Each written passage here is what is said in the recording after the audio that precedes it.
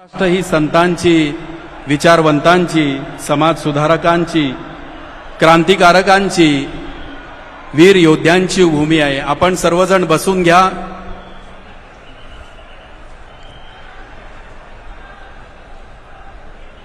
पंढरपूरच्या विठ्ठलाच्या दर्शनाच्या ओढीने गेली अनेक वर्ष पंढरपूरची वारी संपन्न होत असते. मी मगाशी म्हटलं होतं तसं आजपासून बरोबर 7व्या दिवशी पालखी सोहळ्याला सुरुवात होणार आहे. या सुंदर योगावर शिळा मंदिराचं लोकार्पण करण्यासाठी माननीय पंतप्रधान नरेंद्रजी मोदी आलेले आहेत.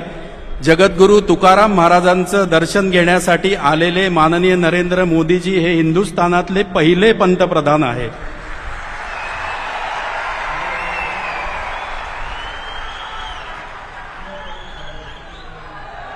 महाराष्ट्राने 2 मंत्र दिलेत.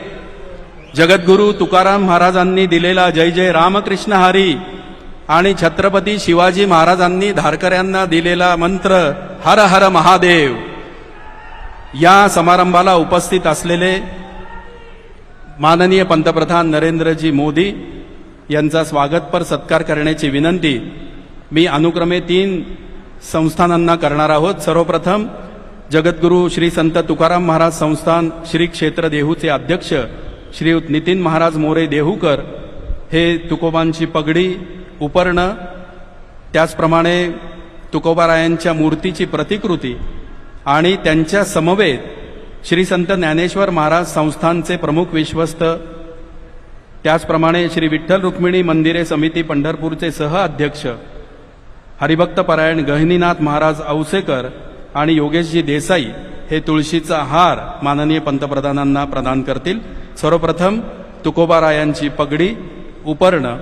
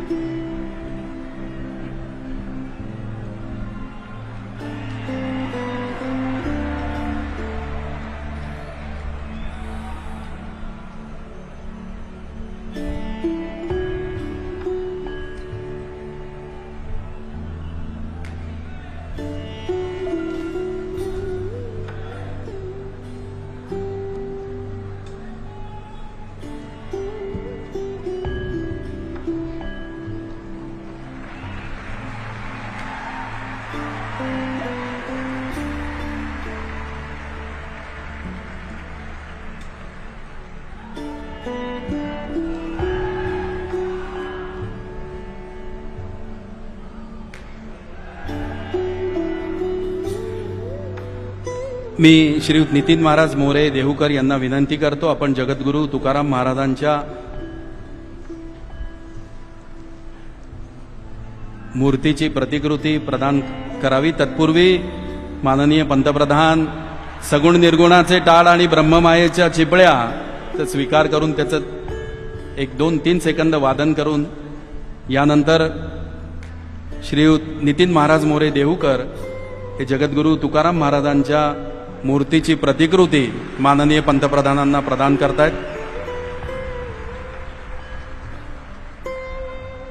यानंतर संतश्रेष्ठ श्री ज्ञानोबा माऊलींच्या संजीवन समाधीच्या 725व्या वर्षाचा योग साधून संजीवन समाधीची प्रतिकृती आणि ज्ञानोबा माऊलींची मूर्ती श्री क्षेत्र आळंदी संस्थानचे प्रमुख विश्वस्त योगेशजी देसाई आणि सर्व मान्यवर माननीय पंतप्रधान नरेंद्रजी मोदी यांना प्रदान करत आहेत. त्यांच्या समवेत श्री विठ्ठल रुक्मिणी मंदिरे समिती पंढरपूरचे सह अध्यक्ष हरिभक्त परायण गहिनीनाथ महाराज औसेकर, विठोबा, ज्ञानोबा आणि तुकोबा आराध्य दैवत आणि त्यांचे लाडके भक्त या तिन्ही संस्थानांच्या वतीने माननीय पंतप्रधान नरेंद्रजी मोदी यांचा सन्मान या ठिकाणी संपन्न झालेला आहे. यानंतर मी जगद्गुरू श्री संत तुकाराम महाराज संस्थान श्री क्षेत्र देहूचे अध्यक्ष श्री नितीन महाराज मोरे देहूकर यांना प्रास्ताविक करायची विनंती करतो.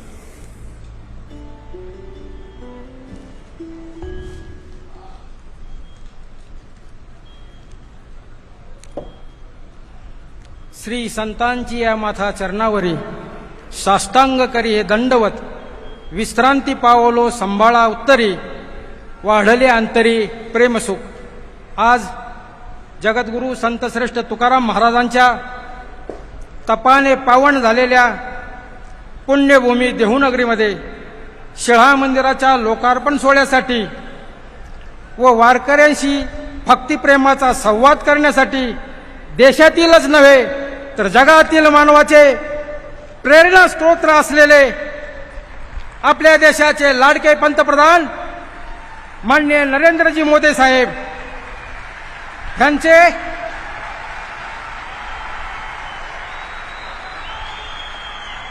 देहू देवस्थान व अखिल वारकरी संप्रदायाकडून मनपूर्वक स्वागत करतो। त्यांच्याबरोबर उपस्थित महाराष्ट्र राज्याचे उपमुख्यमंत्री माननीय अजितदादाजी पवार साहेब, महाराष्ट्र राज्याचे विरोधी पक्षनेते देवेंद्रजी फडणवीस साहेब, त्याचबरोबर माननीय चंद्रकांत दादाजी पाटील आणि आपल्या सगळ्यांचे आदरणीय आणि आदरणीय मारुती बाबा कुरेकर महाराज,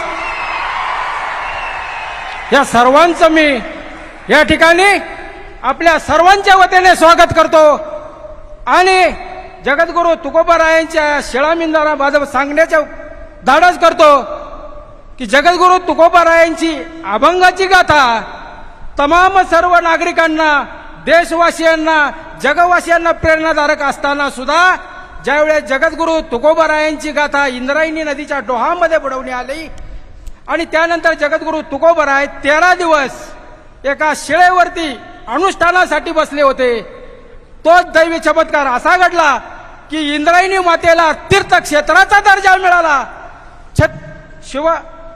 तुकाराम महाराज ज्या शिळेवरती बसलेले होते त्या शिळेला शिळा मंदिराची उपमा मिळाली आणि जगद्गुरू संत श्रेष्ठ तुकाराम महाराज हे जगद्गुरू असल्याचे या इंद्रायणी मातेने या जगाला सांगितले।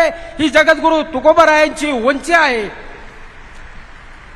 आनंदाची डोही आनंद तरंगे अशी अवस्था असताना सुद्धा केवळ जगाच्या कल्याणा संतांच्या विभूती देह कष्टविती परोपकारी जगातील दुःखे नाहीसे करण्याकरता अवतार पुरुष जन्म घेत असतात आणि असेच संत कोटीतील मुकुट शिरोमणी जगद्गुरू संत श्रेष्ठ तुकाराम महाराज आज 400 वर्षानंतर सुद्धा आपणास आदरणीय, पूजनीय आणि अनुकरणीय असेच आहेत।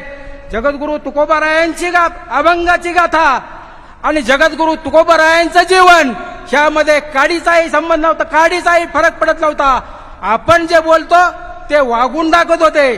त्याचप्रमाणे जगद्गुरू तुकोबारायांची पालखी आणि संत ज्ञानेश्वर महाराजांची पालखी इसवी सन 1685 साली जगद्गुरू तुकाराम महाराजांचे पुत्र तपोनिधी नारायण महाराज यांनी सुरू केली आणि ह्या पालखी मार्गाचा विस्तार आपल्या देशाचे पंतप्रधान नरेंद्रजी मोदी यांनी चौपदरीकरण रस्ता करून केला। मोदीजी आज आपण देशाचे पंतप्रधान म्हणून जरी या ठिकाणी उपस्थित असला तरी आमच्यासाठी तुकोबारायांचे चिरंजीव तपोनिधी नारायण महाराज म्हणून आपण देऊमध्ये आलेला आहात आणि आम्हाला आणि या वारकरी संप्रदायाला निश्चित त्याचा अभिमान आहे। आज या ठिकाणी हा जो मंडप, ही जी व्यवस्था ज्या लोकांनी केलेली आहे, ज्या कार्यकर्त्यांनी केलेली आहे, त्यांच्याबद्दल मी फक्त 2च शब्द या ठिकाणी बोलू शकतो, कारण कृतज्ञता हा देवकरांचा फार मोठा मान आहे। वाऱ्या हाती चाले माप सज्जनाचे, कीर्तिमुखी त्यांचे नारायण। खरोखर आज आपल्या सर्वांची व्यवस्था करण्यात आलेली आहे आणि हे व्यवस्था करणारे आमचे मावळचे माजी आमदार माननीय बाळासाहेब बेगडे, मी आपला फार फार ऋणी आहे। रामकृष्ण हरी।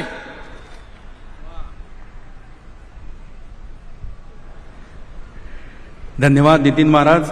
यानंतर मी महाराष्ट्र राज्याचे विरोधी पक्षनेता माननीय श्री देवेंद्रजी फडणवीस यांना मनोगत व्यक्त करायची विनंती करतो। बोला पुंडलिक वरदा हरी विठ्ठल श्री ज्ञानदेव तुकाराम. पंढरीनाथ भगवान की जय. माऊली ज्ञानेश्वर महाराज की. जगद्गुरु तुकाराम महाराज की. भारत माता की. छत्रपती शिवाजी महाराज की. आज खरं म्हणजे आपल्या सर्वांकरता हा अत्यंत आनंदाचा आणि अभिमानाचा सोहळा आहे की प्रत्यक्ष जगद्गुरु तुकाराम महाराजांच्या शिळा मंदिराच्या उद्घाटन प्रसंगी आपल्यामध्ये भारत देशाचेच नाही तर अखिल विश्वामध्ये सर्वाधिक लोकप्रिय असलेले पंतप्रधान आदरणीय नरेंद्र मोदीजी या ठिकाणी आले आहेत. मी त्यांचं स्वागत करतो.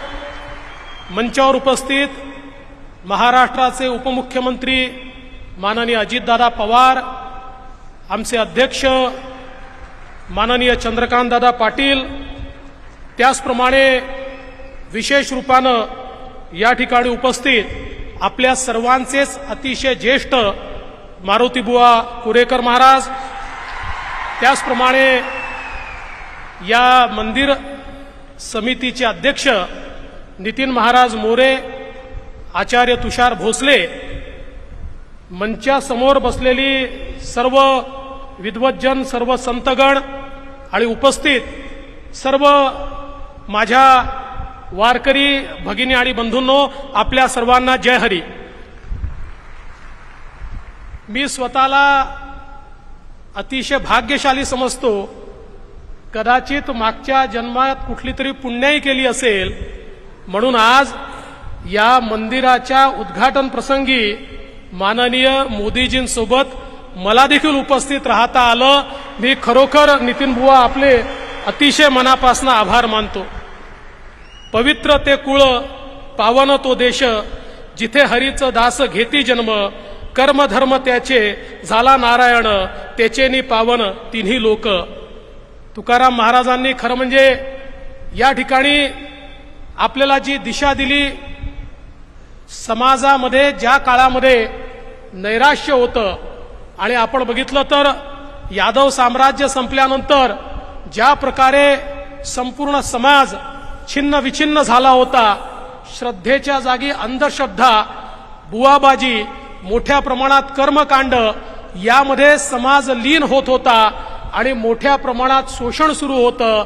त्यावेळी भागवत धर्माची पताका हातात घेऊन आमच्या संतांच्या मांडियाळींनी या महाराष्ट्र धर्माला पुन्हा जागृत केलं, भागवत धर्माला जागृत केलं आणि खऱ्या अर्थानं या ठिकाणी ज्ञानेश्वर माऊलींनी पाया रचला, पण त्याचे कळस झाले ते जगद्गुरु तुकाराम महाराज. आणि या भागवत धर्माला जनाजनापर्यंत, बहुजनापर्यंत पोचवून सश्रद्ध समाज पण अंधश्रद्धेपासून दूर समाज अशा प्रकारचा एक समाज तयार करण्याचं काम हे खऱ्या अर्थानं या ठिकाणी तुकाराम महाराजांनी केलं. शब्दची आमुच्या जीवाचे जीवन, शब्द वाटू धन जनलोकी. हे शब्दाचं धन ज्या प्रकारे त्यांनी दिलं, त्या शब्दाच्या धनामध्ये इतकी ताकद होती की ते शब्द कोणी मिटवू शकले नाही. इंद्रायणी डुबवा की शिळेनी बंद करा, पण ते तुकोबारायांचे शब्द होते. ते शब्द पुन्हा वर आले आणि त्या शब्दांनी जनाजनाला व्यापून घेतलं. आणि म्हणून मला असं वाटतं की आजही तो जो मार्ग त्यांनी दाखवलाय त्या मार्गाने चालण्याचं कामच आपले पंतप्रधान करतायत. जे का रंजले गांजले त्यांची म्हणे जो आपुले, तोची साधू ओळखावा, देव तेथेची जाणावा. हाच मंत्र पंतप्रधानांनी स्वीकारला आणि गरीब कल्याणाचा अजेंडा घेऊन रंजल्या गांजल्यांकरता काम करणारे आपले पंतप्रधान हे खऱ्या अर्थानं वारकरी आहेत. कारण वारकऱ्यांमध्ये कोणी मोठं नसतं, कोणी छोटं नसतं, सगळे वारकरी सेवक असतात. आपले पंतप्रधान प्रधान सेवक आहेत. त्यामुळे सबका साथ, सबका विकास, सबका विश्वास, सबका प्रयास हेच तर वारकरी संप्रदाय सगळ्यांना सांगतो. आणि तेच सांगण्याचं काम माननीय पंतप्रधान मोदीजी करतायत. आणि विशेषतः संपूर्ण जगाकरता जे पसायदान मागितलं आणि संपूर्ण जग आपलं आहे असं जे ज्ञानेश्वर माऊलींनी सांगितलं, त्या जगाला आपलं मानून कोरोनाच्या काळामध्ये संपूर्ण जगाला या ठिकाणी वॅक्सिनचा पुरवठा करण्याचं काम माननीय मोदीजींनी केलं आणि भागवत धर्माचा जो विचार आहे तो विचार सामान्य माणसापर्यंत त्यांनी पोहोचवला. आज खरं म्हणजे त्यांचंच भाषण ऐकण्याकरता आपण सगळे या ठिकाणी आलेलो आहोत. मी अधिक वेळ घेणार नाही.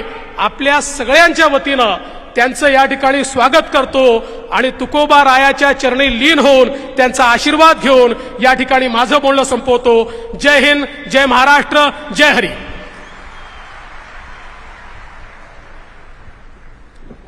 निवृत्ती ज्ञानदेव सोपान मुक्ताई एकनाथ नामदेव तुकाराम ईश्वरनिष्ठांच्या मांदियाळीमध्ये 18 पगड जातींना सामावून घेणारा पंढरपूरचा विठ्ठल, ज्याच्यामध्ये नरहरी सोनार आहे, सावता माळी आहेत आणि चोखोबा आहेत. संत चोखामेळा व परिवार यांची सार्थ अभंग गाथा याचं विमोचन यानंतर माननीय पंतप्रधान नरेंद्रजी मोदी यांच्या शुभहस्ते होणार आहे, ज्याची निर्मिती केलेली आहे संत चोखामेळा अध्यासन केंद्र पुणे आणि विवेक व्यासपीठ पुणे यांनी. संपादक डॉक्टर ओम श्री दत्तोपासक. श्री संत चोखामेळा व परिवार सार्थ अभंग गाथेचं विमोचन माननीय पंतप्रधान नरेंद्रजी मोदी यांनी करावं अशी नम्र विनंती.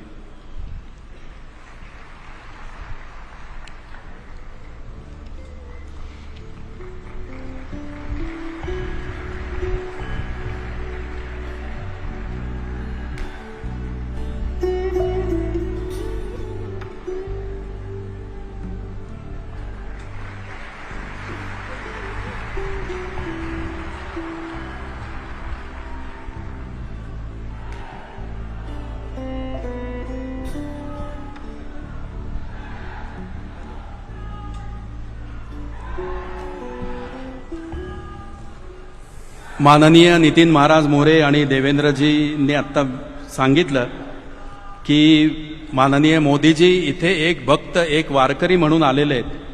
जगद्गुरू तुकाराम महाराजांचा अभंग आहे, खेळ मांडियेला वाळवंटी ठाई नाचती वैष्णव भाई रे. आणि म्हणूनच सर्वोच्च पदावर असणाऱ्या माननीय नरेंद्र मोदीजींना सुद्धा प्रेमाने नरेंद्र भाई असं संबोधलं जातं. त्या माननीय नरेंद्रजी मोदी यांना यानंतर मी वैष्णव संवाद सभेमध्ये आम्हाला संबोधित करण्याची विनंती करतो.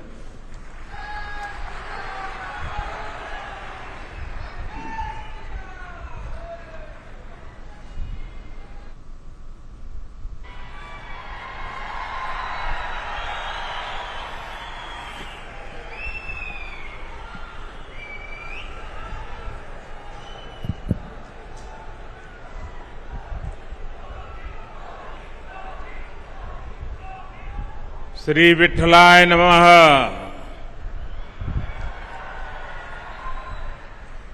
नमो सद्गुरु तुक्या ज्ञान दीपा. नमो सद्गुरु सच्चिदानंद रूपा. नमो सद्गुरु भक्त कल्याण मूर्ती. नमो सद्गुरु भास्करा पूर्ण कीर्ती. मस्तक है पायावरी या वारकरी संतांच्या.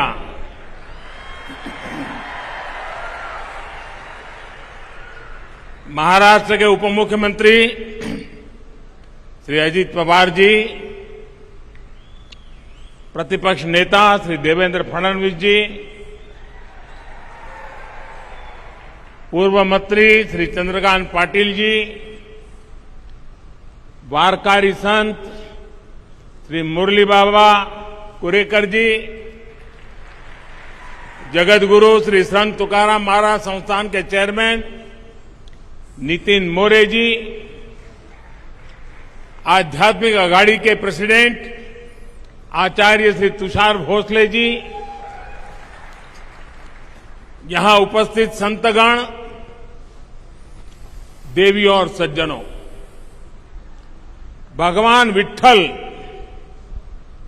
और सभी वारकरी संतों के चरणों में मेरा कोटि कोटि वंदन.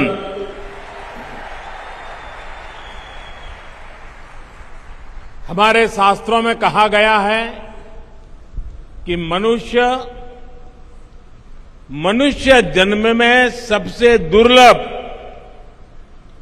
संतों का सत्संग है. संतों की कृपा अनुभूति हो गई तो ईश्वर की अनुभूति अपने आप हो जाती है। आज देहू की इस पवित्र तीर्थ भूमि पर मुझे यहां आने का सौभाग्य मिला और मैं भी यहां वही अनुभूति कर रहा हूं। देहू संत शिरोमणि जगतगुरु तुकाराम जी की जन्मस्थली भी है, कर्मस्थली भी है। धन्य देहू गांव पुण्य भूमि ठाव, तेथे नांदे देव पांडुरंग, धन्य क्षेत्रवासी लोकते देवाचे, उच्चारिती वाचे नाम घोष।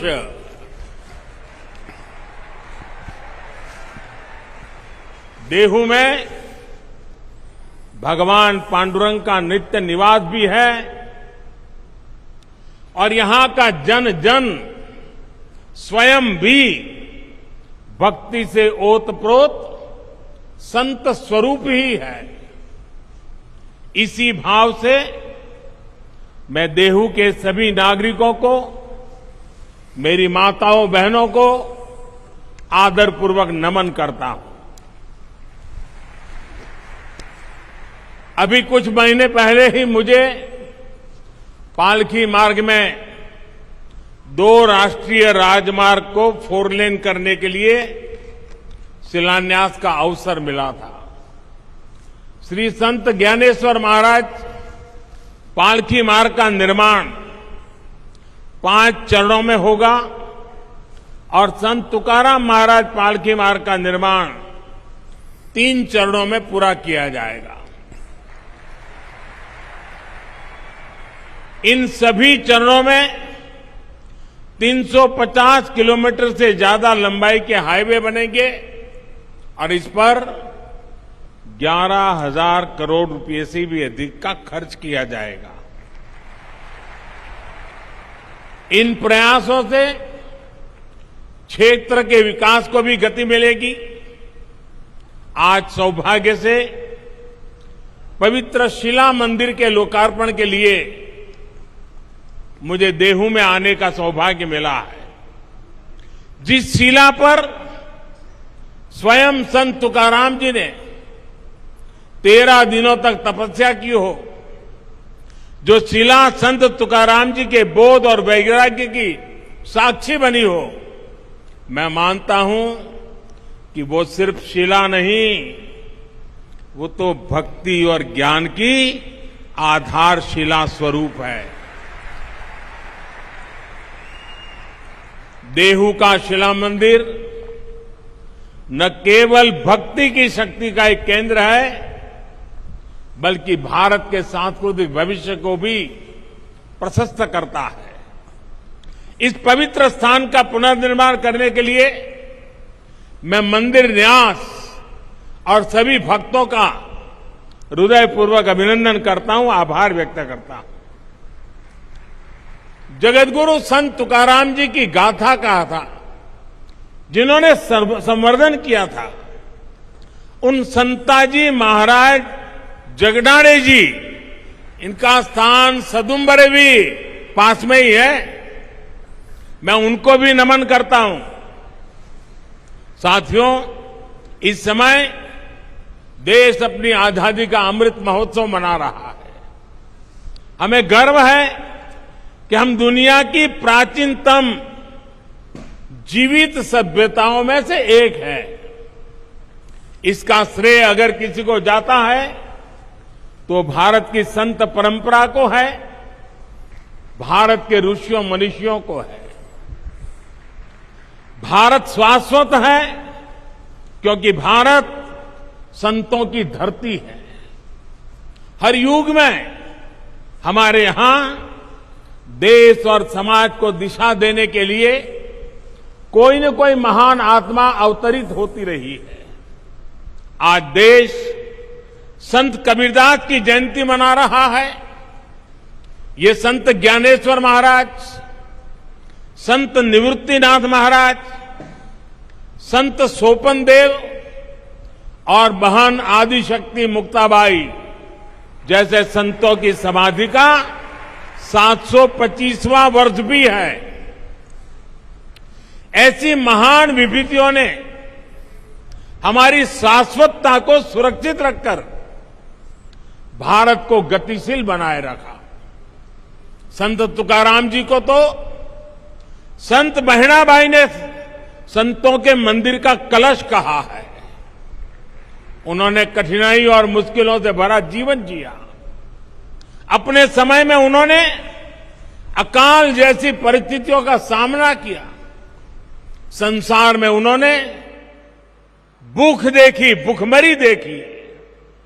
दुख और पीड़ा के ऐसे चक्र में जब लोग उम्मीद छोड़ देते हैं, तब संत तुकाराम जी समाज ही नहीं बल्कि भविष्य के लिए भी आशा की किरण बनकर उभरे। उन्होंने अपने परिवार की संपत्ति को लोगों की सेवा में समर्पित कर दिया। ये शिला उनके उसी त्याग और वैराग्य की साक्षी है। साथियों, संत तुकाराम जी की दया, करुणा और सेवा का वो बोध उनके अभंगों के रूप में आज भी हमारे पास है। इन अभंगों ने हमारी पीढ़ियों को प्रेरणा दी है। जो भंग नहीं होता, जो समय के साथ शाश्वत और प्रासंगिक रहता है, वही तो अभंग होता है।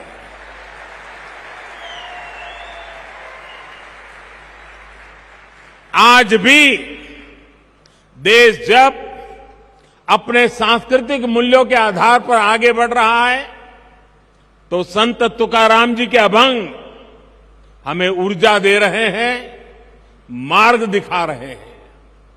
संत नामदेव, संत एकनाथ, संत सावता महाराज, संत नरहरि महाराज, संत सेना महाराज, संत गौरोबा काका, संत चोखा मेला, इनके प्राचीन अभंगों से हमें नित नई प्रेरणा मिलती है।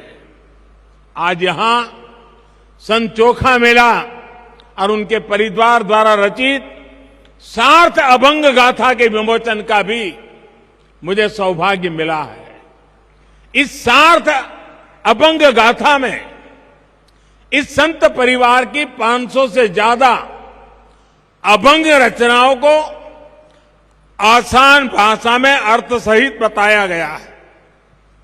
भाइयों और बहनों, संत तुकाराम जी कहते थे, ऊंच नीच काहि नेणे भगवंत, अर्थात समाज में ऊंच नीच का भेदभाव, मानव मानव के बीच फर्क करना, ये बहुत बड़ा पाप है। उनका ये उपदेश जितना जरूरी भगवत भक्ति के लिए है, उतना ही महत्वपूर्ण राष्ट्र भक्ति के लिए भी है, समाज भक्ति के लिए भी है। इसी संदेश के साथ हमारे वारकरी भाई बहन हर वर्ष पंढरपुर की यात्रा करते हैं।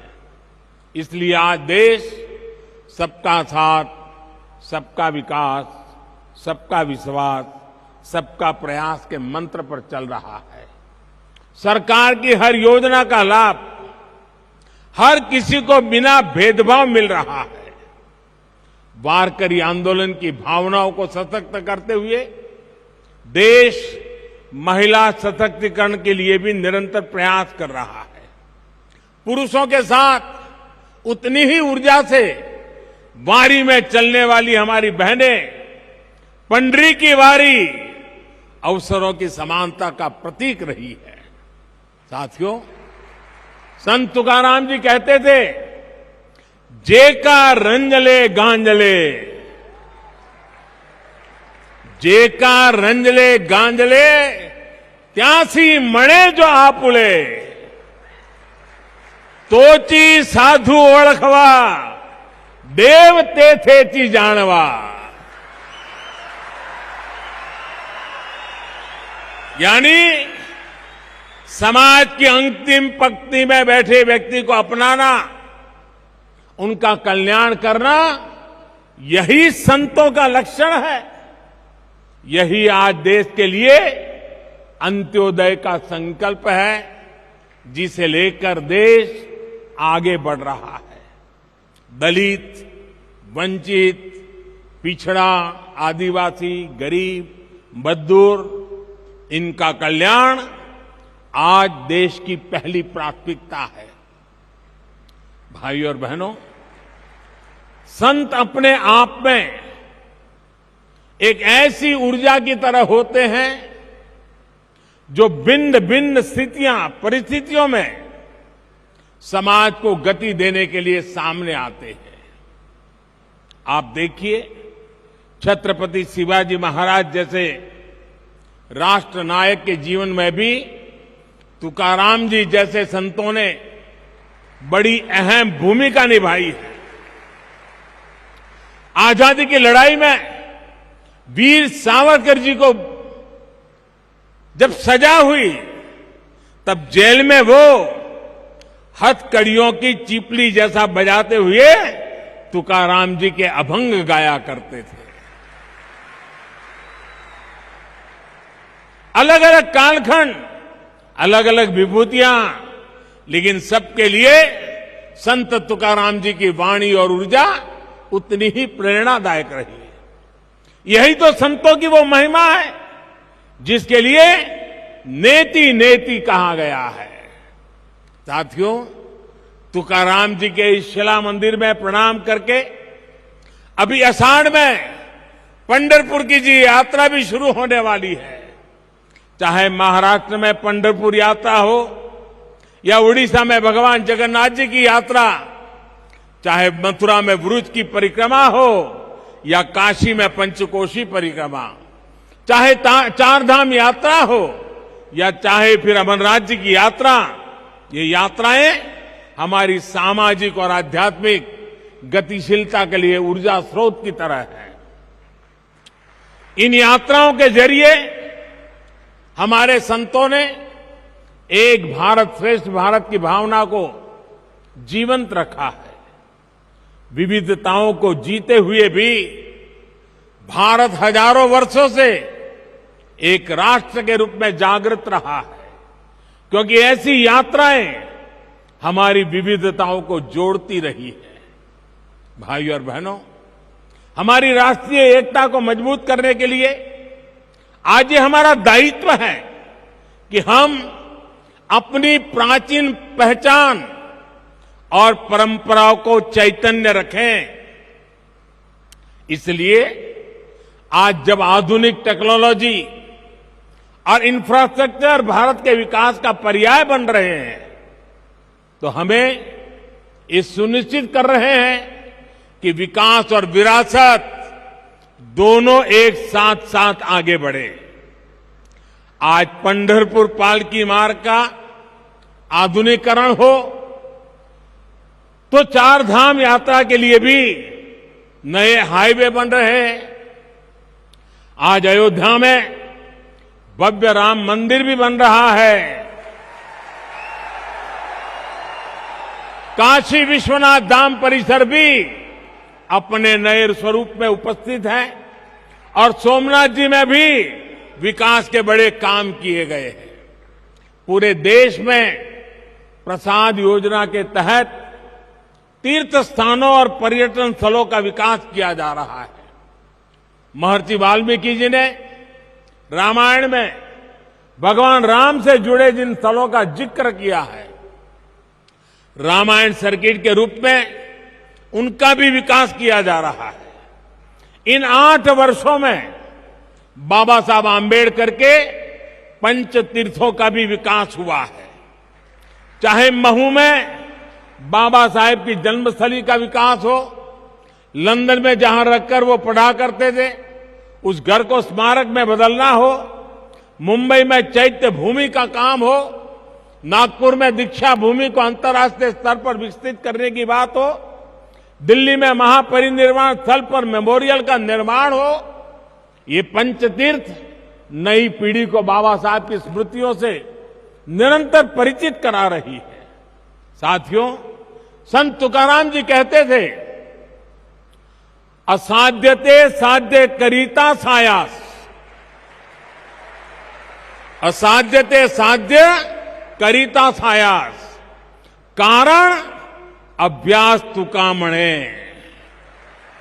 अर्थात अगर सही दिशा में सबका प्रयास हो तो असंभव को भी प्राप्त करना संभव हो जाता है।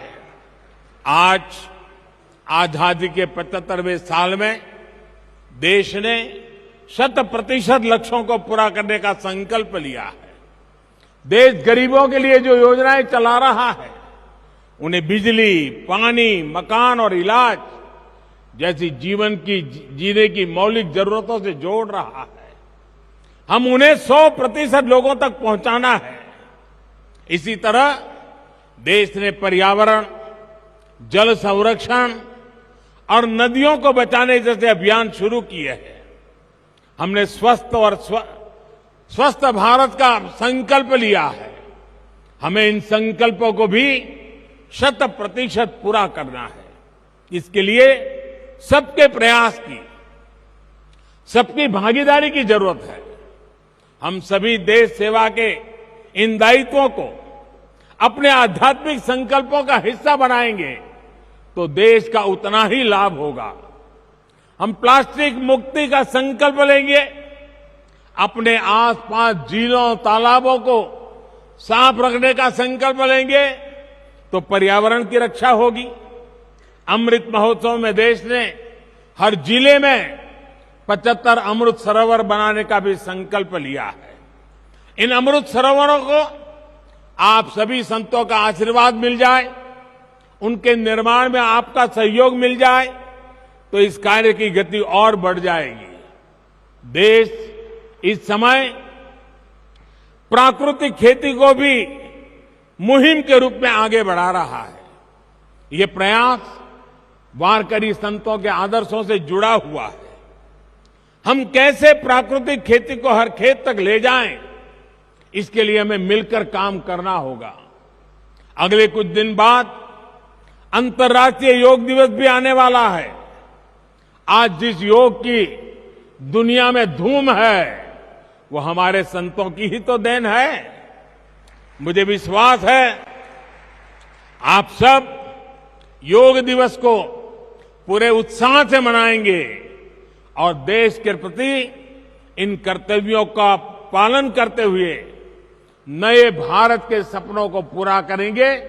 इसी भाव के साथ मैं मेरी वाणी को विराम देता हूं और मुझे जो अवसर दिया, जो सम्मान दिया, इसलिए आप सबका सर झुका करके अभिनंदन करता हूं, धन्यवाद करता हूं। जय जय रामकृष्ण हरि, जय जय रामकृष्ण हरि, हर हर महादेव।